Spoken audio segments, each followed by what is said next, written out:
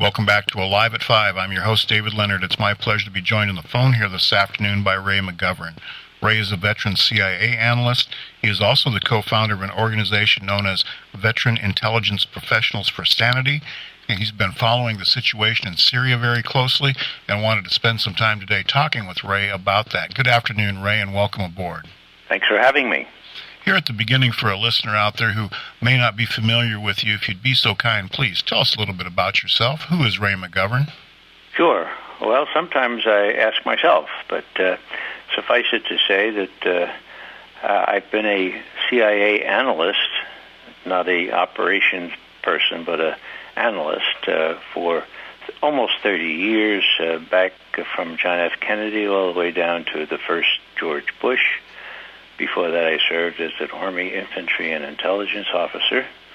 My specialty was the Soviet Union, now Russia.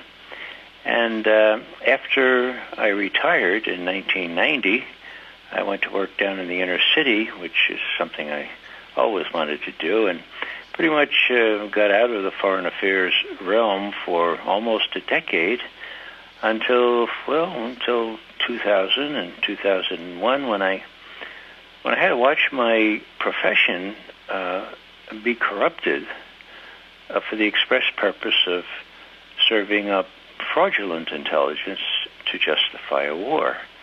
I do not exaggerate.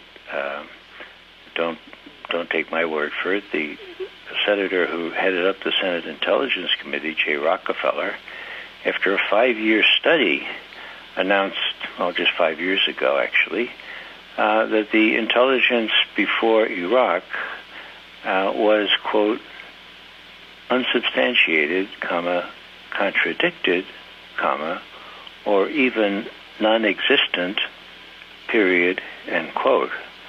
That says it all for me. I mean, what does non-existent intelligence look like? Well, it looks like forgery. It looks like all manner of other cooked-up things. So, to make a long story short, we could see this coming, and a small handful of us started Veteran Intelligence Professionals for Sanity in January of 2003, as we could see what was coming. And we wrote 3 memos to the president before the war, warning him of the unintended consequences, which, in our words, we said they would be catastrophic, and we're not happy that we turned out to be right about that.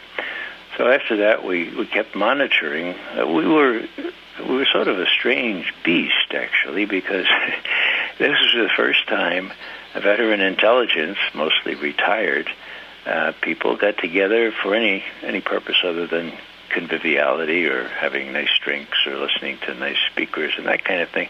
We set ourselves up to check on whether our former colleagues were being honest or whether they were being corrupted again. And the good news is that the next target, Iran, new blood was brought into the intelligence community in addition to some of the honest ones that were left.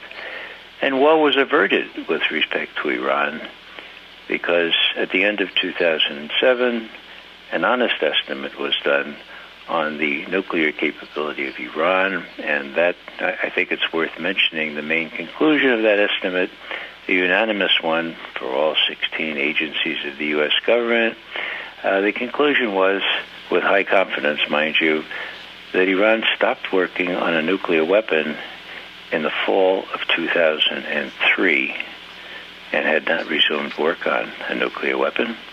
That judgment has been reaffirmed and reiterated every year since, as recently as last March, by the Director of National Intelligence.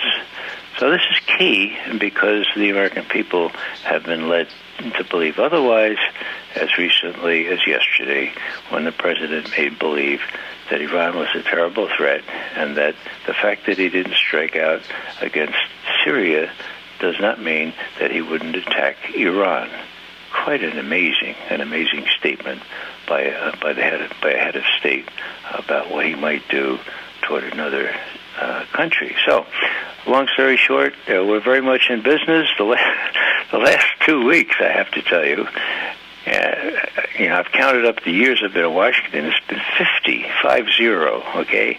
And I've seen a lot of change, and I've seen a lot of activity, but never have I seen the like of the last 2 weeks when on the 30th of August it looked like we were going to be shooting cruise missiles at Syria. The next day, the 31st of August, no, the president says he changed his mind. He's going to go to Congress. And then of all things, after Congress appeared negative, after the entire international community wouldn't go along, who but the president of Russia throws a lifeline to the president and say, look, we can achieve what you want by peaceful means. I have persuaded the Syrians to submit to UN inspection and to have their chemical weapons destroyed. A remarkable thing. To his credit, Obama didn't hesitate a minute, but he said, Secretary of State John Kerry, get your body over there to Geneva, talk to your opposite number, Foreign Minister of Russia, Lavrov. And indeed he did, and in 2.5 days, one of the most sophisticated, detailed, sensitive bilateral agreements was worked out, announced Saturday morning, and peace was given a chance. I guess I'll say no more about it, but if you sense the notion that this, normally taciturn professional intelligence officer is rejoicing, well, you're right. Every now and then, it comes very rarely, but every now and then there is an occasion to rejoice. And I rejoice greatly that everyone seemed to come together and saner heads prevailed. And the ones that were advising the president to strike out and start a war with Syria were actually countermanded by people who know about war and people whose incentive were quite different, namely to stop an expanding war in Syria.